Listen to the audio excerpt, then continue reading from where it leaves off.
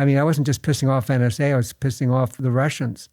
This is Martin Hellman, a Turing Award winner famous for his contributions to public key cryptography that the government was against. I told them, look, if you want to give the papers, that's okay, but Stanford's not sure they can defend you, whereas it's clear they could defend me. I could have gotten killed. So when my colleagues said I was crazy to work in cryptography, instead of scaring me off, it actually attracted me. The NSA, did they ever try to recruit you? When I looked at it, I went, oh shit, basically, because I saw your initial work in cryptography was potentially breaking laws, or it was kind of in this gray area where the NSA was kind of, not super happy with your work, and there was some, conflict with the government. Could you explain what the field of cryptography was like at the time and its relationship to the government and how you got into the field? Cryptography is the study of codes and ciphers for keeping information secret. When I started to get interested in this area in the, it was 1968, I was at IBM Research just after finishing my PhD. They'd hired 𝗪𝗏, who you may have heard of, who was the father of IBM's work in this area, and really started the unclassified research in cryptography. So I started there, and then I realized when I was teaching at MIT 69 to 71 that I might actually be able to do something. I won't go into the details of that right now. And I did it in my own time because I didn't think I was breaking any laws by doing it. I didn't think anybody could make that case, but I realized that there was a part of the government, the National Security Agency, that would be very concerned about this. And then it was as our work really became visible that they started saying we were breaking the laws. And that's when I looked into it more carefully. We got a letter in July 1977 from a guy who worked at, we determined he worked at NSA. He wrote from his home address in Maryland, which is a good indicator that he works at NSA, to the IEEE, which is the main electrical engineering professional society, the Institute of Electrical and Electronics Engineers, saying that as an IEEE member, he was concerned that they were breaking the law by publishing certain papers. He never mentioned me by name, but I had an article in almost every issue that he mentioned of the IEEE transactions. And the IEEE wrote back to him, copying me. They didn't copy me as Martin Hellman troublemaker. They copied me as a member of the board of governors of the information theory group, which was then publishing most of these papers. So it's a funny thing that when people start to talk about cryptography, they talk in code all the time. The NSA was maintaining I was breaking the law by publishing my papers in international journals. The ITAR, the International Traffic in Arms Regulations, which I'd been unaware of up to that point, defines anything cryptographic as an implement of war. And I wasn't exporting an implement of war, which would you need a license from the State Department. I was exporting technical data from their perspective on implements of war. And so that's why I was breaking the law. And so I took the letter to Stanford's general counsel at the time, John Schwartz. He said, if the law is interpreted that broadly, he thinks it was unconstitutional, but that's only his legal opinion. It had to be settled in a court of law. I mean, when you got these warnings, did it deter you at all, or what was your immediate reaction? No, I kind of fell into this. At first, Diffie and I thought that the 56-bit key size of DES, the data encryption standard, was a mistake. And we realized that you could break it with exhaustive search. Today, the AES, the Advanced Encryption Standard, has a minimum of 128-bit key size, which is much, much bigger than a 56-bit key size. 2 to the 128th is much bigger than 2 to the 56. So we wrote letters. We thought that they'd change it. It was cheap and easy to change it. And after 6 months, we realized that we had a political problem, not a technical problem. And then we had to decide whether to back down or not. And we went forward because at that point I was invested in this. And also, I'm from the Bronx, as I mentioned to you earlier. And I'm a street fighter, not with my fists. I got beat up a lot. But I'm a street fighter with my mouth and my mind. And they picked the wrong person, basically. I wasn't going to back down. What could have gone wrong? I mean, would they pursue you with lawyers or would... Oh, I could have gotten killed. You could have gotten killed. Oh yeah, maybe not necessarily by them, but maybe by the GRU, the Russian equivalent. I mean, I wasn't just pissing off NSA, I was pissing off the Russians, the Soviets. Why would they be pissed off? Oh, we and the Soviets sold our World War II surplus cryptographic equipment to third world countries. We'd rather that they were able to break it, and they'd rather that we were able to break it than no one was able to break it. So my mother called me up. My mother was still alive. She died in 1984. And she called me up and said, "What are you doing? You're going to get yourself killed." She was really upset. So, okay, so you get issued the warning, and then you go to the general counselor at Stanford. Then what happens? This was July 1977. In, I think, early October. Yes, it was October.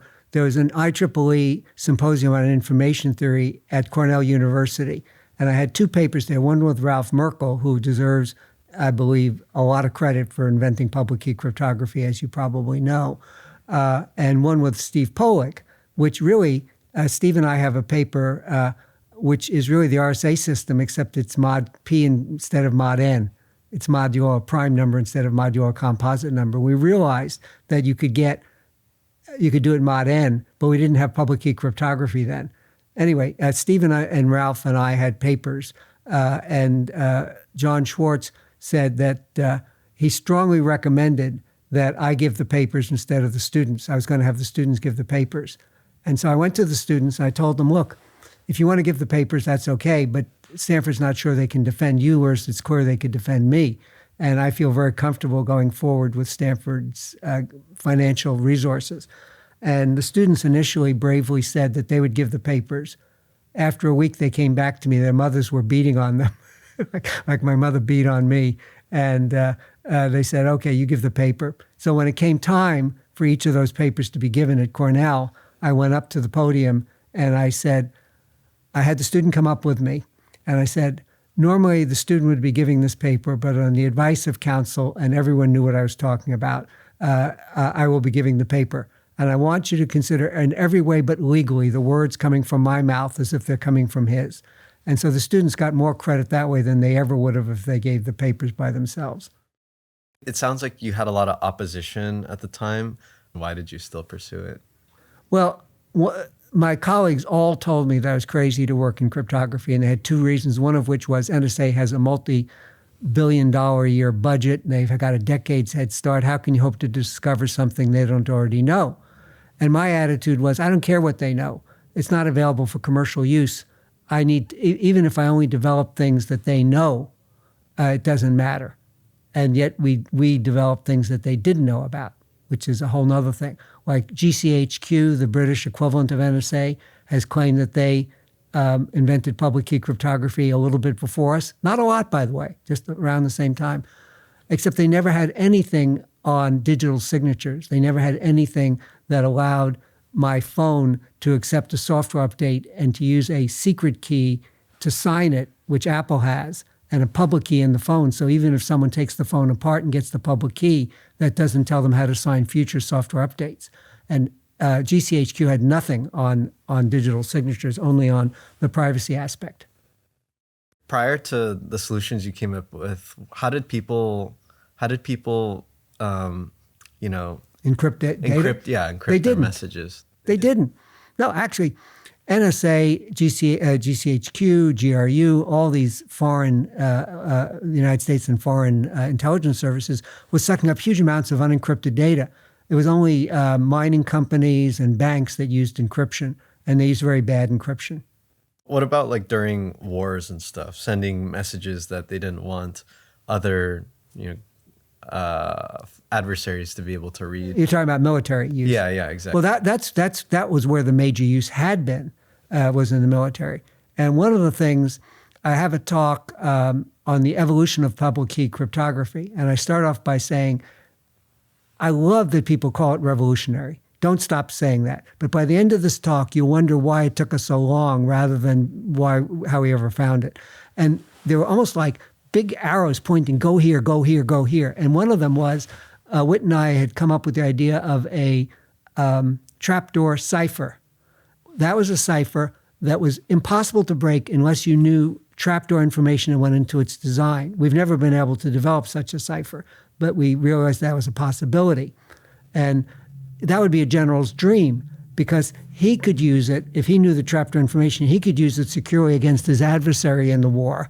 But his adversary, if they captured it, couldn't use it securely because he knew the trapdoor information and could break it. And from there to public key cryptography is a minor step. I know there's this famous, I think it's called the Enigma machine, and Yes. Turing was involved in that. That's some sort of encryption mechanism. That's a gear. Basically, it's a World War II. It's the main German field cipher of World War II, the Enigma machine. It was gear-based, and encryption is a special purpose form of computation. And computation has gotten a hell of a lot better. We do, I don't know, I'm 80 years old, so it's 16 periods of 5 years. We can do about maybe 10 to the 14th. It's not quite 10 to the 16th times as much computation for $1 today as we could when I was born at the end of World War II. I was born October 45. So Enigma, what was the primary computing device of World War II? Gear-based adding machines. What was the primary encryption device? Gear-based encryption machines. Today, we can do not only computation much better, we can do encryption much better. In that case, it substituted the electricity. You pressed a letter on a keyboard. It generated an electrical signal that went through a sequence of rotors, as they're called, which transformed it into another letter that lit up. And so you'd set up the key, which was which rotors to use and what order to put them in and some other things. And then you'd type out the message on the keyboard and you'd read off the enciphered message on the lights. And Alan Turing, who you pointed out in The Imitation Game, which was the major movie of like 5 years ago, Alan Turing figured out how to build a primitive form of computer to break the Enigma machine. Now, the Germans knew Enigma was breakable. They never thought that the Allies would build a computer to break it. And so the Allies were reading German encrypted messages almost as fast, maybe faster, than the Germans were. And that's what was different. And as they knew Enigma was breakable, they never realized that, they never thought that we would build a machine like that. And it's interesting, Alan Turing was hounded to death in the 1950s in spite of his wartime activities, and this is covered in The Imitation Game, in that movie. He was hounded to death because of his homosexual tendencies, or more than tendencies. I mean, he was homosexual. Today, we wonder how our parents, grandparents could have been so uncivilized as to do things like that. You mentioned in that talk of the history of public key cryptography, there's everything is pointing towards these directions. What did you mean by that? Well, I mean, the trapdoor cipher was pointing us toward public key cryptography. And yet a trapdoor cipher makes perfect sense because almost everything in cryptography involves trapdoors. People usually think of public key cryptography as a trapdoor cryptographic system. But even a cryptographic system is a trapdoor. And this is fundamentally related to a question called P equals NP or not in computer science. Are there any problems that are easily checked that are hard to solve? That's basically what that means. And if there are any secure cryptographic systems, then there are problems that are easily checked that are hard to solve. And so, for example, one-way function is the simplest form of trapdoor. This is a function that's easy to compute but hard to invert. And this figures importantly in cryptography and blockchains, among other things. So we've all taken trapdoor quizzes where the professor gives you an hour to solve the problem. At the end of the hour, he says, pencils down, papers in. He says, oh, we have a few minutes remaining. Let me give you the solution and convince you it's right. That's a trapdoor quiz problem. It's a primitive form. And there, the professor has in mind a particular method for solving it, whereas you have many methods. And a real trapdoor quiz problem would work like as follows. The professor would say, here's a one-way function. I've generated an x. Here's the y that comes out. You find the x that comes in. After 1,000,000 years goes by, he says, papers down, pencils in. He says, oh, by the way, in the few seconds remaining, let me give you the solution and convince you it's right. What does he do? He takes x, he puts it through the one-way function, he gets y, and you know that he had the right value of x, and yet you could never find it. When I imagine you kind of competing or butting heads with the NSA, I could imagine one solution for them might be to try to recruit you to their side. Did they ever try to recruit you? Yes. Early on, before we had any good results, I'd go to conferences and I'd give talks on cryptography, which in hindsight were very primitive. And people with name badges that said Department of Defense, which was the simple substitution cipher for NSA, would always ask me. They explained they were at NSA and they'd love to hire me as a consultant because they needed new blood. And I said, I'd love to know what you know, but only if I can publish my papers independently. And he said, of course not. And so which I knew was the answer. And so I never took any classified consulting contracts, et cetera. Until 1995, there was a National Research Council committee called CRISIS. It's called the CRISIS Report, Cryptography's Role in Securing the Information Society, which comes out as CRISIS. And that was about 1995. And the question was, were U.S. government regulations helping national security or hurting national security? We concluded that in many ways they were hurting national security. And we had a former deputy director of NSA on the committee. We had a former attorney general on the committee, 𝗵𝗵𝗻𝗀, who had been attorney general under Jimmy Carter. We had people like me who were privacy advocates, but who had come around and started to understand how NSA viewed things. We had 𝗲𝗵𝗵𝗀𝗀 was on that committee, who was the chief software architect at Microsoft when Bill Gates retired. He did Lotus Notes. And we reached unanimous conclusions. And one of the most important conclusions we reached was that the classified briefings, I did take a classified, I didn't get paid for that, but I did have a security clearance for that, an intelligence clearance, which I'd never taken before. But I was retiring at that point, and I figured it didn't matter. And it was important for me to be able to get past the people who said, if you knew what I knew, you'd think differently. And there were people in the unclassified briefings who said, if you knew what we knew, you'd think differently. But we concluded, and it's in our report, which you can get free of charge on the National Academy's website, we had in there that the classified briefings helped fill in details, but they did not change our fundamental conclusions. And that was one of the most important conclusions we reached. And yet people said, if you knew what we knew, you'd think differently, and yet that was not true.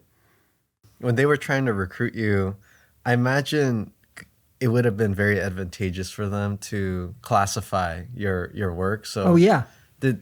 When you turned down their offer, I imagine they would have had to compensate you handsomely to kind of go to the, I don't. We never got that far. Oh, okay. And by the time we had a fight on our hands, it was too late. I mean, basically, I'd committed to see this thing through, and when I realized that my life might be in danger, I might go to jail. Although I didn't think about those possibilities very much, and I didn't think they were real, although they may have been. I felt like I was committed, and I couldn't back down. I mean, what would you do? I kind of fell into it. It's like a friend of mine who was a helicopter pilot in Iraq. He went through ROTC in the late 90s. He said to pay for his education. There were no wars. He said, why is everybody calling me a hero? When I was doing the research, I kept seeing this mention of first crypto wars. What are the crypto wars and how did they play out?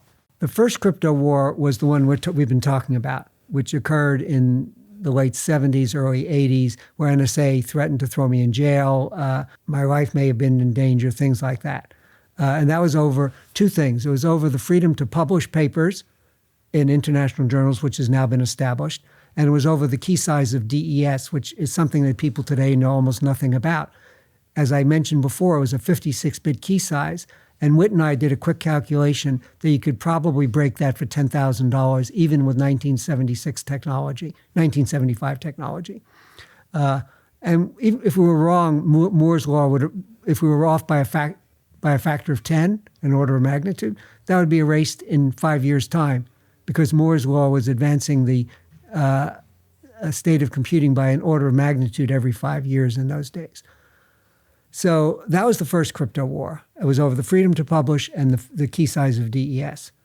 The second crypto war, which people don't really remember, was in the 90s, and 𝗀𝗄𝗃 was a big piece of that. This was the idea that there should be an escrow service, that the government would allow strong encryption, but it would maintain master keys somewhere. And if they got a court order that said that they were able to get into something, they'd be able to do it. Well, this sounds great, and it was great from certain points of view, but there were problems with it. Like in the National Research Council Committee, the crisis committee that I talked about, we wasted a lot of time talking about key escrow. And then we realized, I may have actually said this, although I think we came to it as a whole. Look, there are major problems with key escrow. How's it going to work internationally? Who's going to hold the keys when someone's in France and someone's in the United States, or someone's in Russia and someone's in the United States? Let them. So what we said in the report is we said it very nicely, that we don't see how to solve many of the problems with public key, with key escrow, and the U.S. government should experiment with it, and if they came up with a solution, come back to us. And they never did. That was the second crypto war. And 𝗀𝗃𝗃 was a chip that had a key escrow built into it, basically.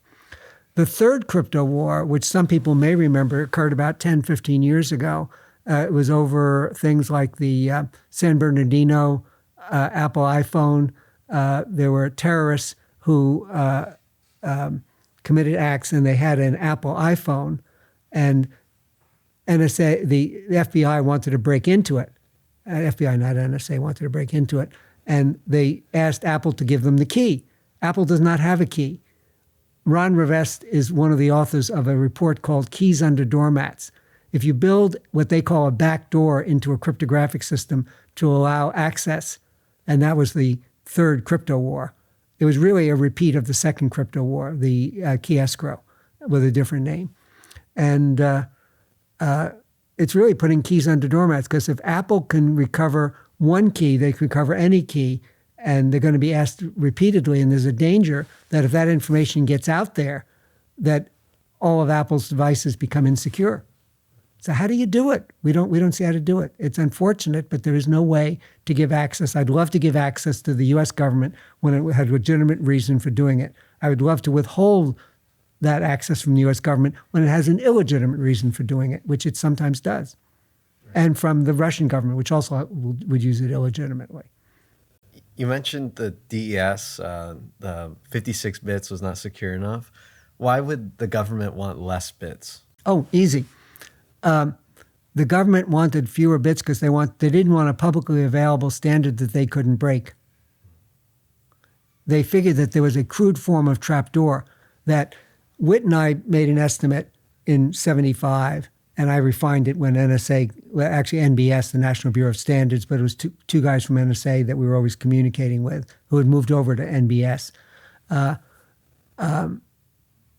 We estimated that 2 to the 56 is roughly 10 to the 17th power. That's 100,000 million keys. We estimated that you could build a search chip, even with 1975 technology, that would search 1 million keys per second, a microsecond per key. And we then said, you wouldn't just build one of these, you'd build 1 million of them. And now you're searching 1 million keys per second. And how long does it take to search 100,000 million keys? 100,000 seconds, which is about a day. It's roughly 80,000 seconds. And so we estimated that the cost of searching a 56-bit key size was roughly $10,000 per solution in 1975. And we were probably optimistic, but as I said, even a factor of 10 optimism would be erased within 5 years. So that's that. The crude form of trapdoor was, if I build a machine like that, I can't keep it fully loaded. I don't have roughly 60 problems a month to keep it fully loaded. NSA has 60 problems a month to keep it fully loaded. So they have the $20 million to build the machine. I don't. So that was the crude form of trapdoor. So they would retain access to privileged information through superior computing resources, was their hope.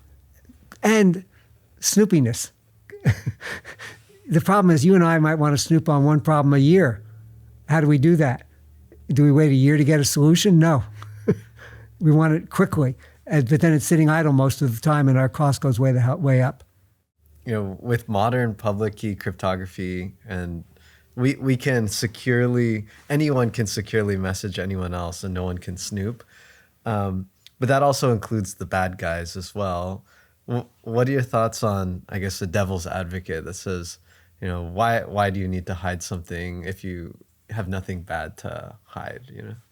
Well, if you want to put all your banking information out there in the public, if you want Apple to sign software updates in ways that bad guys can do, yeah, there's no problem.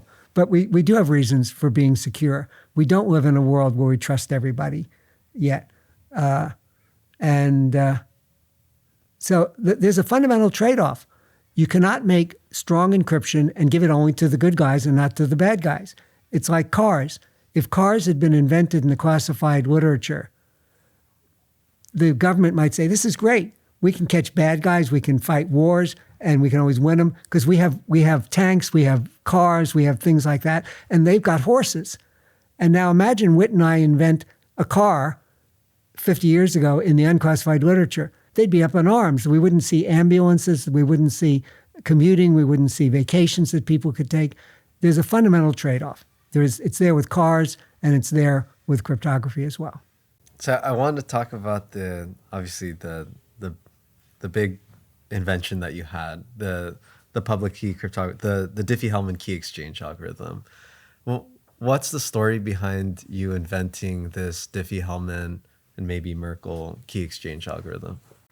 So Whit showed up on my doorstep, almost literally speaking, in the fall of 1974.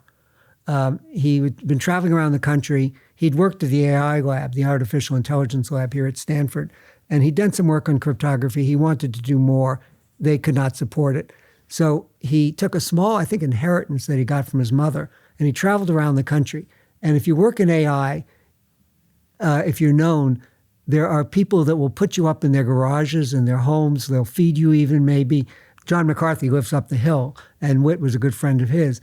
And there was a student, a high school student living in his attic, I think, who was from Cambridge. And I asked him why he didn't just go to the MIT Artificial Intelligence Lab. And he said he didn't like their politics. I don't know what that means. So Whit traveled around the country, and when he was at IBM Research, a secrecy order had descended on them just about this time. I'd been there a few months before. They told me, they couldn't tell me very much. They told Whit when he came through the same thing, but they told him one thing additional. Oh, when you're back out at Stanford, look up Hellman.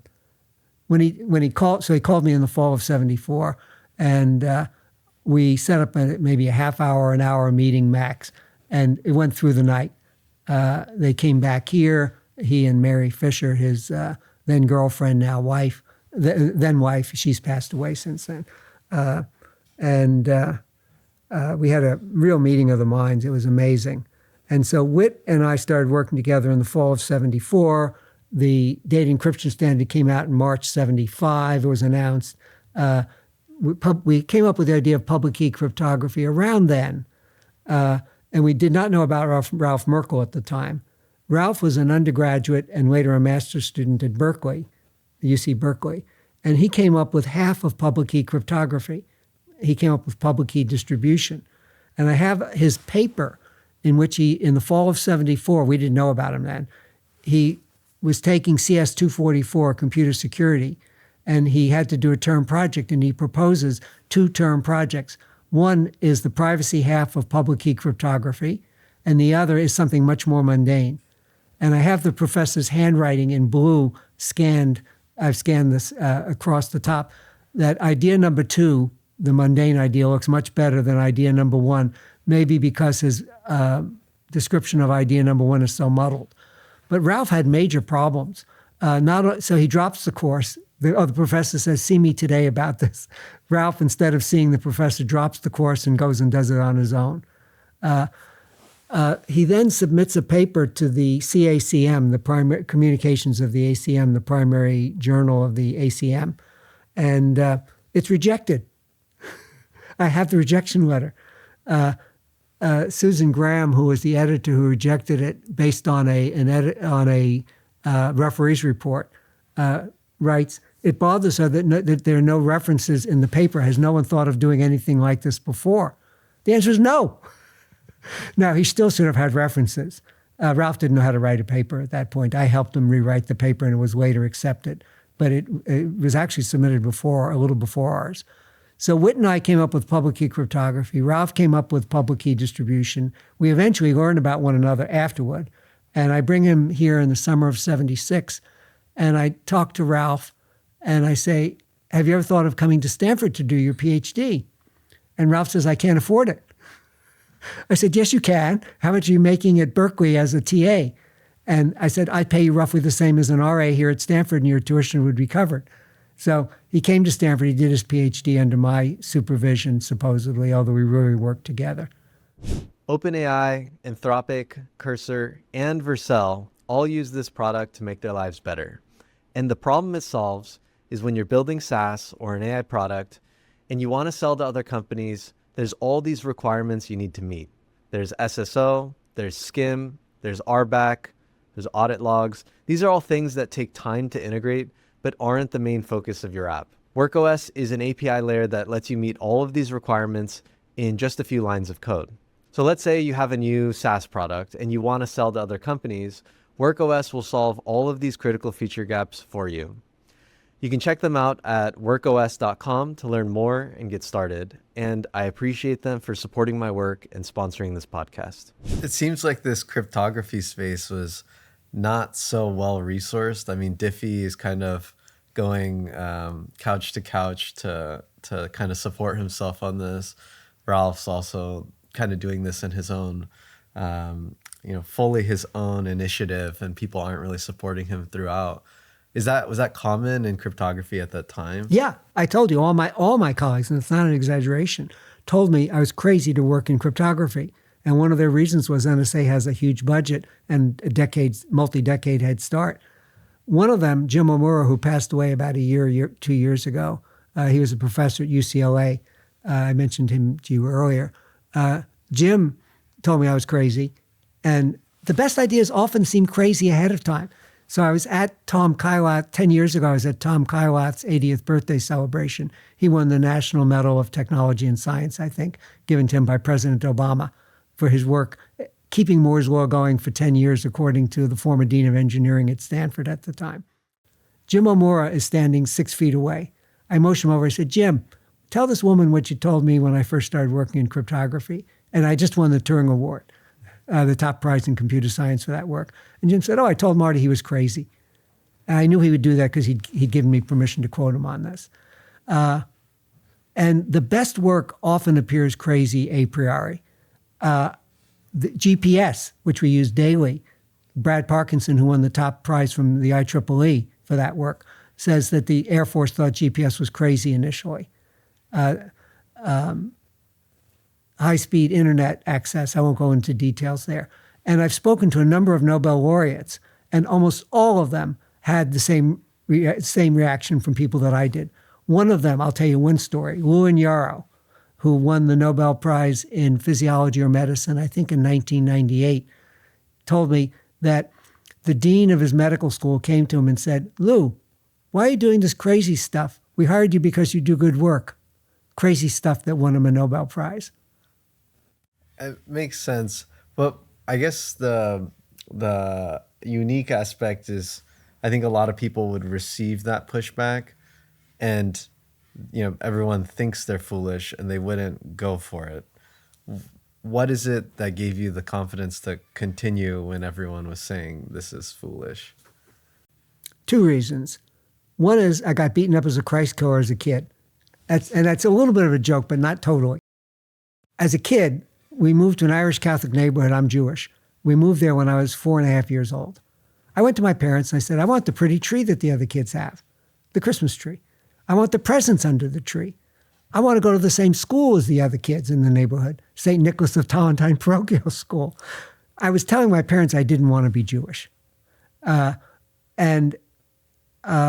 So in self-defense, I adopted the attitude of who would want to be like anybody else.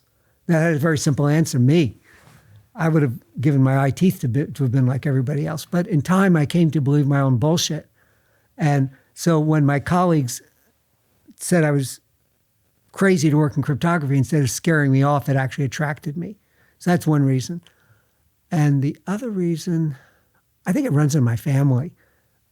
I have an uncle who, in 1940, with his wife, a Jew, took trains across the country with bicycles, bicycling through national parks. I mean, who but a crazy person would do that? I come from a crazy family. We've done crazy things, and this was a crazy thing to do.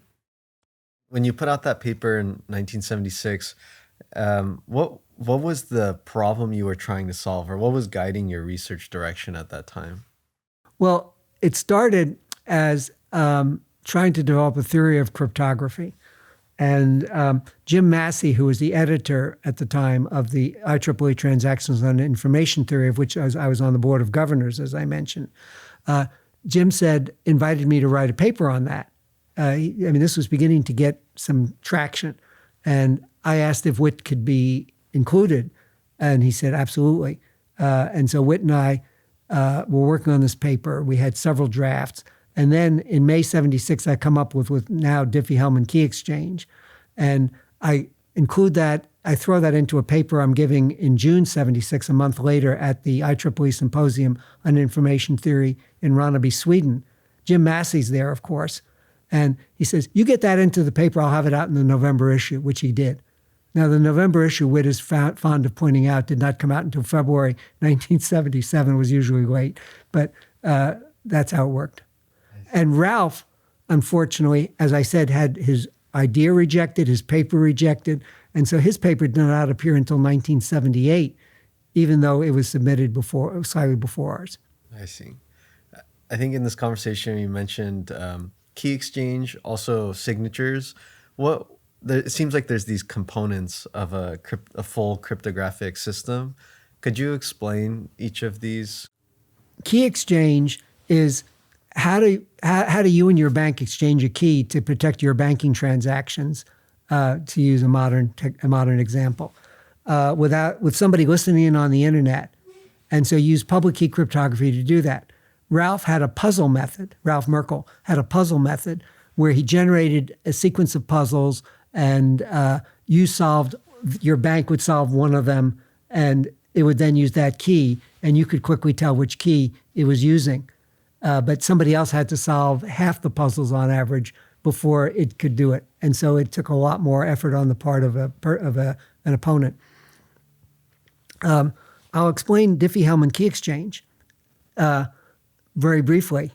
And that is only key exchange. It's not yet signatures. You and I want to exchange physical messages. I want to write them out to you and pass them to you, but my wife, who is not supposed to see them, is sitting between us and has to hand them to you. So what do? I put my message in a strongbox. I put a lock on that strongbox. I'd like to tell you the combination to that lock, but if I tell you how to open it, I'm also telling my wife how to open it. So I don't tell anybody how to open it. I pass it to my wife. She can't open it. She passes it to you. You can't open it. You put a second lock on the strongbox. You then pass the double. You don't tell me the combination. You don't tell Dorothy the combination. Only you know the combination. You pass it to Dorothy. She can't take either lock off. She passes it to me. What can I do? Take off my lock, leaving only your lock. I pass it back to Dorothy. She can't take off your lock, but when you get it, you can. You get the message inside. That's basically how Diffie Hellman or Diffie Hellman-Merkle key exchange works. Now, what's critical about this is that I made the strongbox big enough for you to put a second lock on it. If I hadn't done that, if I'd only made it big enough for one lock, you could have taken the strongbox that you got and put it in a bigger strongbox. But now there's a problem. When I get it, I can't get inside to take my lock off. It has to be what's called commutative. And everybody knows what commutative means, although they may have forgotten it. Addition is commutative. 3 plus 5 is the same as 5 plus 3. It doesn't matter which order you do the operations in. You get 8. 5 minus 3 is 2. 3 minus 5 is minus 2. You get a different answer. It's not commutative. Subtraction is not commutative. And what I had to do was find a commutative one-way function, although I didn't know that at the time. And the function I used is a commutative one-way function. It's exponentiation in modular arithmetic. It doesn't matter whether you first raise alpha to the x1 power and then to the x2 power, or raise it to the x2 power and then to the x1 power. You get the same result. You get alpha to the x1, x2. Multiplication in the exponent is commutative. And we did this over a finite field where exponentiation is not a smooth function, which would be easy to invert. It jumps all over the place. But it turns out it still works that way. So that is public key exchange, public key distribution. Digital signatures are more complicated. That's something that Witt came up with. It's called a public key crypto system. And then RSA, Rivest, Shamir, and Adleman came up with the first instance of that. There you have a public key and a secret key, and it doesn't matter which order you operate on them, whether you first use the public key and then the secret key, or the secret key and then the public key, you get the initial result. They undo one another. There, if I use my secret key, I can sign a message because there's no privacy. But I send the encrypted message to you using my secret key. You use my public key, which you get from a public file, to verify it. That's how my phone works. It's got a public key built into it.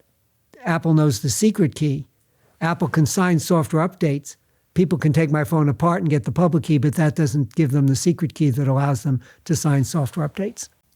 I see. So in that case, Apple is signing their updates to your phone. Right. So I also was reading about symmetric versus asymmetric, and what you're describing sounds like asymmetric. Yes. Asymmetric cryptography uses a public key and a secret key. It's asymmetric. Conventional cryptography uses the same secret key to encrypt and decrypt. And that requires a courier, which is what was required before public key cryptography. If you were a general in another division, I could send you a key. I would send a messenger with a key locked to his wrist. And when you got it, you could open it up and get the key. And then you and I could use a radio channel to communicate very cheaply and very fast. But you can't use couriers to communicate keys between a bank and a client. Yeah, so I saw modern systems. It's almost like multiple different mechanisms where there's this asymmetric key exchange at the beginning to establish the connection. And then there's that gets you that key symmetric thing. Exactly. It's just like I described for Apple signing the software update. They don't sign the whole thing. They only sign a hash. In the same way, we could use a public key crypto system like RSA to exchange messages, but it's too slow. So what I do is I send you one message, use the following key in AES, the Advanced Encryption Standard. And then we use AES very quickly to exchange messages. And that's the difference between asymmetric encryption, which we use at first, where I use the public key to encipher the message and use the secret key to get the key. And then we use a symmetric system to very quickly communicate afterward. I was reading about RSA versus the Diffie Hellman key exchange, and it seems like there was a lot of patents or something like that, patent wars. What's the context behind that? I didn't know how patents worked when we wrote the first patent on public key cryptography. If I'd known, we could have covered RSA. We would have made a lot of money. Basically, RSA sold their company for $250 million. We made virtually nothing from our patents in cryptography. There was a patent fight between RSA and us, MIT and Stanford, or between their licensees. And basically, MIT won that fight. And I was pissed at RSA for a long time. And I was pissed with Jim Bidzos, the president of RSA Data Security. And around 1990, around 2000, sometime around there, I realized it was inconsistent with my approach to life to be pissed at RSA. They'd won. The fight was over. And so I approached Jim Bidzos, and I said, look, Jim, I told him that. And I said, let's be friends. Let's bury the hatchet. And we essentially have. And friends are better than enemies. I'm not sure, but I think Ron Rivest might have actually nominated Witt and me for the Turing Award. Now, he wouldn't have done that if he didn't think we deserve it, but he wouldn't do it if he was pissed at us. And friends are better than enemies. And that's not why I did it. That's not why I became friends with them. But it worked out very well. How did they win the patent war if your ideas came first? I remember I told you I didn't know how patents worked. It's only the claims that matter. And so if I'd known that, we could have written a claim that would have covered RSA because easily, but we didn't. And so the patent was written very badly. Stanford didn't want to invest a lot of money in this patent, so it had a law school intern write the patent instead of a patent attorney. We made a lot of mistakes. You mentioned friends are better than enemies. I think, yeah, a lot of people would agree with you, but I also think most people wouldn't be able to get over losing a $250 million outcome. How did you kind of get over that and kind of establish friendship? Well, some of it is in my genes, but some of it, a lot of it comes from my wife. Basically, my wife and I have been married 59 years last March, and we were madly in love when we met. We followed society's rules, and we developed a toxic relationship 10 years later. My wife was ready to leave me, but I didn't know it because I had blinders on the way many husbands do. And fortunately, when she met me, she decided I was the one. And 15 years after we're married, roughly 50 years ago, she says, he's still the one, although life with him is impossible, and life with her was no picnic. So she went around looking for catalysts, ways to improve our relationship. And she eventually found a group, I won't go into all the details there, I tend to do that, that worked on the international and the interpersonal at the same time. It was founded by Professor Harry Rathbun, who was a professor here at Stanford, born in the 1890s, so he's no longer alive. I knew him late in his life, and that's how it was based on the teachings of Jesus, which was a problem for me as a Jew, because it was okay not to go to synagogue, which I didn't do, but it was not okay to study the teachings of Jesus. That was traitorous. But eventually, Dorothy dragged me to enough meetings that over a year's time, I came to see that these people, Creative Initiative as the group was called at the time, knew something I had to learn if my marriage was going to survive. And I surprised myself by being willing to do things that seemed crazy to me. The most important things were accepting ideas that Dorothy had that seemed crazy to me that weren't crazy.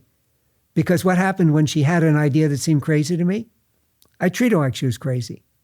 What did that do? It drove her crazy. What did that do? It convinced me I was right that she was crazy, kept the whole cycle going. By the way, the same happens internationally. We treat countries in ways that they don't like. They react in ways that seem crazy to us. We treat them like they're crazy, and it keeps the whole cycle going.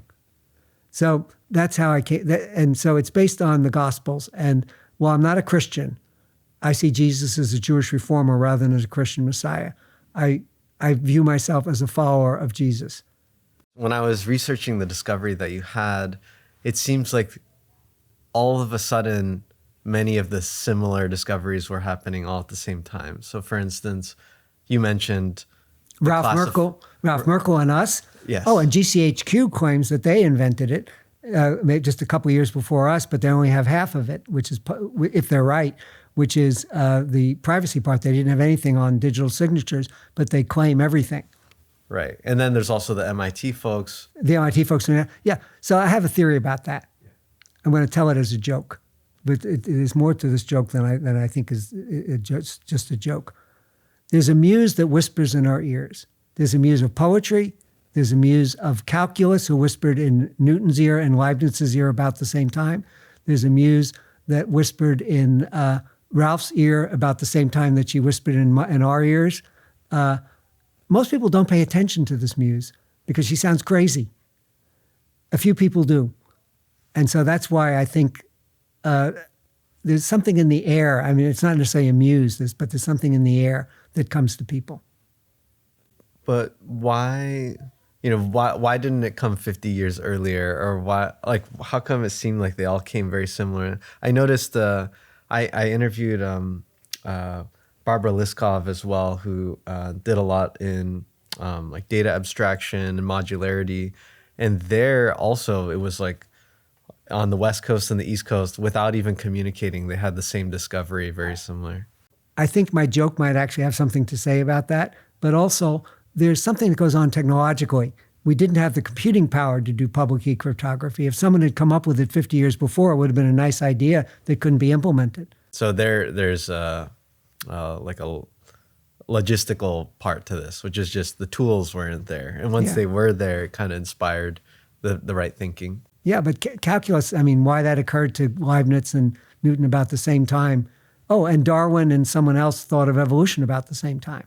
So I don't know. It is mystical. Yeah. And maybe we should treat it as that. Even though I'm a scientist, I believe in the mystical side of life. There's the cryptography work that you're doing.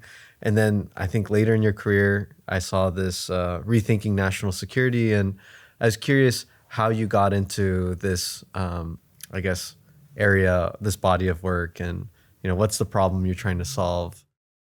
Well, the problem we're trying to solve is simple. We're going to kill ourselves. I mean, right now, I estimate that a child born today has probably worse than even odds of living out his or her natural life as a result of nuclear weapons, all by themselves, without climate change, without AI, without any of this other stuff. What are you talking about with this AI threat? Well, there's debate on that. Geoffrey Hinton, 𝗂𝗵𝗵𝗀𝘀 think that, who won the Turing Award for their work in artificial intelligence, think that AI may actually kill human beings off, something like that. I mean, because it'll say, why do I need these stupid people? Whereas Ed Feigenbaum and Raj Reddy, who won the Turing Award 30 years ago for their work in artificial intelligence, have both told me and given me permission to quote them, so I'm not giving any secrets away, that calling AI an existential threat is ridiculous. It's science fiction. I don't know who's right, but I do know we need to build a more cooperative world for a number of other reasons, even if not that one. So why not solve that one at the same time? We're likely to build AI into our nuclear command and control system. I mean, God, what a mess. So right now, I'm working on a bill. It's HR 3564. And we have 20 on paper, 24 co-sponsors. The bill is so bad it's passable, but so good that it's a game changer. Why is it so bad that it's passable? It has an exception for launch on warning. If our warning systems show a bunch of ICBMs coming our way, the president doesn't need a second opinion to launch our nuclear weapons. He can do so all on his own. There have been mistakes in our warning system, so I don't like that. But that's why it's so bad it's passable. This makes it easy for people to get on board. Most people don't realize that the president can launch a nuclear war all on his own right now. A president could be awakened at 3 a.m. in the morning during a crisis, too drunk to legally drive a car, asked what to do. He might say drunkenly, nuke him. And right now, theoretically, the military is supposed to do that. I didn't consider that AI could be coupled with the nuclear bombs too. I guess AI could. Oh, it's likely to be. I mean, we have this problem that we have just minutes of decision time. Do you not think we're going to use computers to help us there? Looking back on your career, being at Stanford during the growth of computing, I imagine you had a lot of opportunities to work with other famous folks in the industry. For instance, Don Knuth. Oh, Don Knuth's a good friend. Yeah. Don Knuth doesn't use email. I mean, I think he does, but I have, whenever I want to reach him, I have to call his home and talk to his wife, Jill. That's the other stories that I have.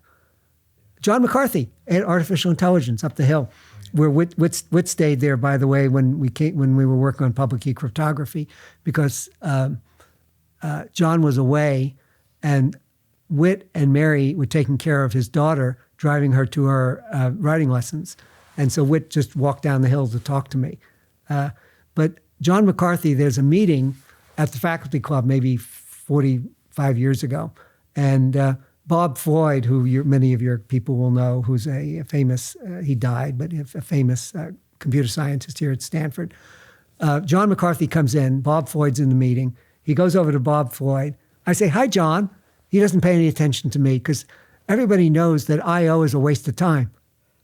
And so he's not going to waste time on I/O. So he has a very rapid exchange with Bob Floyd, and he leaves. Well, I'll tell you another thing. I'm finishing my, and it's 1968. several months early in 68, I thought, who am I to think I can make an original contribution to knowledge, which is the definition of a PhD thesis. I'm thinking of dropping out of the program. Over spring break, I basically solved my thesis.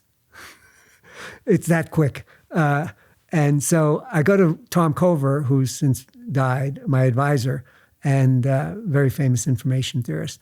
And I go to Tom and I say, I just have barely enough units, but I have enough units to meet the course requirements for the PhD, but I don't have enough units to meet the PhD requirements. I'm going to have to take units of research. If I work at IBM Research, would you give me credit for my units of research? Because my wife was pregnant with our first child then. We'd been married roughly a year and a half. And so I'm being concerned about money. And he says, sure. And so I go to IBM Research, Yorktown Heights. Oh, Tom wants to have me come teach at Stanford, which I've done. But he says, you really should leave for a couple of years because Stanford, I sometimes joke that I had to leave for several years to lose the taint of the Stanford PhD. Why is that? Stanford was worried about inbreeding. If they hired me, I was just going to be doing research like 𝗳𝗵𝗶𝘀. And they don't need two of them, they need somebody different. And so I went away to IBM for a year because my thesis broke very suddenly. And I then taught at MIT for 2 years before coming back on the faculty in 71. And this seemed like just a stupid hoop I had to jump through.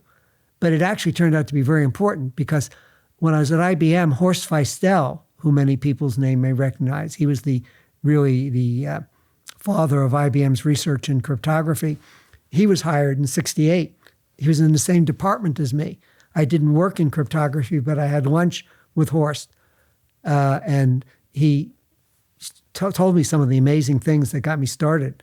And then when I'm at MIT, Peter Elias, whose name many people today will not recognize, but he was one of the original contributors to information theory. Peter gives me a paper by Claude Shannon, whose name your audience probably will recognize, written in 1949, published in 1949 in the Bell System Technical Journal, connecting information theory to cryptography, which is when I realized that, I've already done a PhD in information theory, maybe I can do something worthwhile in cryptography. So that stupid hoop I had to jump through was actually very important. Because when I got back to Stanford, I started working in cryptography, among other things. I think at the beginning of the conversation, you said something, quickly that you said you had thoughts on death. And I was curious, what are your thoughts on death and, how does it impact you? I got an email from somebody at the New York Times about a month ago saying that he's working on my obituary and it made me macabre, but he was wondering if I could read it over and if I have any comments. And so the two things that I'm 80 years old. So my older brother died just after he turned 80. My mother died at 70. My father lived to 98. I hope I'll have more years. But if I don't, that's okay. I've had a great ride. But the two things that concern me about dying are the people I'll leave behind who I think are dependent on me, but probably aren't, and the work I do. Because very few people are working on the nuclear issue, the growth of humanity as a whole to save itself, that we're headed for disaster. Very few people realize that. And very few people put it in terms of a process of change. We can't stay where we are. We're going to kill ourselves. We're going to die. We can't jump to where we need to go. The world is too dangerous. But we can get there via a process of change. I'll tell you one other thing. Humanity is going to die. I've come to this it's clear. We might last 1 million years, but at some point, it might last 1 billion years, but at some point the sun's going to burn out. Maybe we'll move to other galaxies and we'll find ways to cheat death for a while. But eventually humanity is likely to die. But if humanity were to die now, it would be infant mortality. It would be really sad. If we've lived a full life, that's something else. Like if I had died when I was a child, people would say, what have we missed? If I die at 80, people will say, some people will be saddened by it, but they'll feel like I've lived a full life. We need to save humanity from an infant death. We've only been around about 100,000 years. With all the experience that you have now, if you could go back to when you had just graduated college and give yourself some advice, what would you say? If when I was just graduating college and I was interested in saving the world, which I was not, I might have gone up to the top of a mountain to a guru and asked him what to do. Imagine what you'd say. You'd expect him to tell you work for the UN or something like that. Imagine what you'd say if he told me, forget about saving the world, which was not a problem because I didn't think about saving the world. Go out and become as famous as you can, make as much money as you can. Come back in 10 years and I'll tell you what to do. That would have seemed like a detour. But it was actually the shortest distance between 2 points. Because 10 years later, when I was 30, 35 years old, and I was interested in saving the world, I had a reputation, I had money, and I had to screw up to get where I am. I had to not be concerned with the world to become concerned with the world, to be able to do something, to do what I can do about it. Awesome. Well, thank you so much for your time today. I really appreciate it. You're welcome, and thank you. Hey, thank you for watching this podcast. If you liked it and you want to see the show grow, please support with a comment or a like. Also, if you have any recommendations for people you want me to bring on, please drop a comment. Guests like Barbara Liskov, Mike Stonebreaker, Mark Brooker, these were all people that I brought on because someone left a comment. On another note, aside from the podcast, I'm working on building the ergonomic keyboard that I wish existed. Here's a glance at the prototype. It's a split keyboard, so there's 2 sides. This is in the case. But yeah, we launched on Kickstarter and we hit our goal within 8 hours of launching. I really appreciate it if you were one of the people who grabbed one of the early units. We're now working on the long journey of building the tooling now. And so if you still want to pick one up, I've left the late pledges open on Kickstarter, so you can grab one there. I'll put a link in the description. Thank you again for watching the podcast, and I'll see you in the next episode.